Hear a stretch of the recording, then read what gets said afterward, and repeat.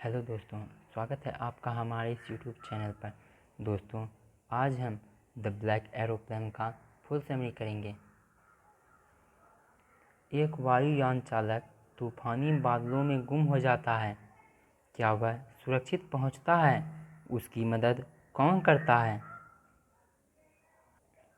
चंद्रमा ऊपर की ओर आ रहा था। स्वच्छ आसमान में सितारे चमक रहे थे। कथाकार अपने पुराने डकोटा वायुयान को फ्रांस के ऊपर उड़ाते हुए वापस इंग्लैंड आ रहा था। उसने पेरिस कंट्रोल रूम को हिदायतें लेने के लिए संपर्क किया। उसे 12 डिग्री पश्चिम की ओर मुड़ने को कहा गया। उसने सोचा कि वह अंग्रेजी नाश्ते लेने के लिए समय के अंदर ही पहुंच जाएगा। पेरिस उससे 150 किलोमीटर दूर था। उसने आकाश में बादलों को देखा। वे तूफान के बादल थे।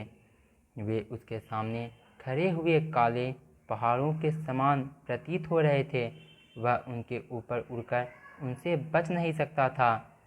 उसके पास उनके उत्तर और दक्षिण में उड़ने के लिए पर्याप्त ईंधन नहीं था।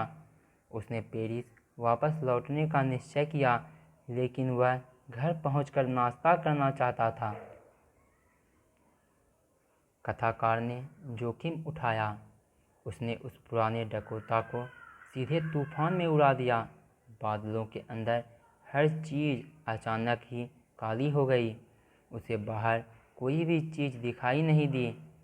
पुराना जहाज़ हवा में उछला और हिचकोले खाने लगा। उसने कंपास की ओर देखा, वह काम नहीं कर रहा था।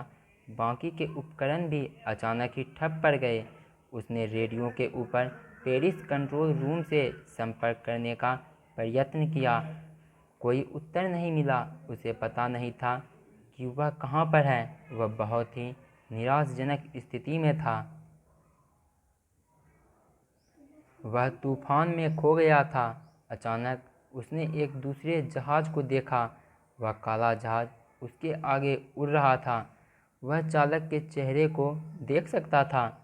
एक दूसरे व्यक्ति को देखकर वह प्रसन्न हुआ। मेरा अनुकरण करो, उसने हाथ हिलाते हुए कहा। कथाकार एक आज्ञाकारी बच्चे की तरह उसके पीछे हो गया। वह आधे घंटे तक उस काले जहाज़ के पीछे पीछे चला। अब पुराने डकोटा जहाज़ में इतना ही ईंधन था जो कि 5 या 10 मिनट तक चल सके। फिर वह नीचे की ओर आने लगा। उसने अपने सामने रोशनी की 2 पंक्तियां देखी। वह जहाज़ का उड़ान पथ था। वह खुशी से चिल्लाया, हवाई अड्डा। वह काले जहाज़ में बैठे अपने मित्र को देखने के लिए मुड़ा, लेकिन आकाश खाली था। वह अपने रक्षक को धन्यवाद कहना चाहता था। जमीन पर आकर वह कंट्रोल टावर गया। उसने वहां उपस्थित उस औरत से पूछा कि वह कहाँ था। उसने यह भी पूछा कि दूसरा वायुयान चालक कौन था। उस स्त्री ने उसकी ओर हैरानी से देखा और फिर वह हंसने लगी। उसने उत्तर दिया कि उस रात कोई दूसरा जहाज़ नहीं उड़ रहा था। रडार पर उसे सिर्फ उसी का जहाज़ दिखाई दिया था। किसने कथाकार को बिना रेडियो, बिना कंपास और उसके टैंक में बिना और ईंधन के उसे सुरक्षापूर्वक उतरने में सहायता की थी? यह अनसुलझा प्रश्न ही बना रहा। तो दोस्तों, द ब्लैक एरोप्लेन का फुल समरी कंप्लीट हुआ।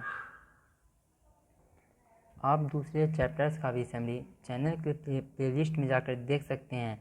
और इससे रिलेटेड वीडियोज़ के लिए चैनल को सब्सक्राइब करें और वीडियो को लाइक और शेयर करें। अगर आपको इससे जुड़ी कोई डाउट हो तो कमेंट बॉक्स में ज़रूर लिखें।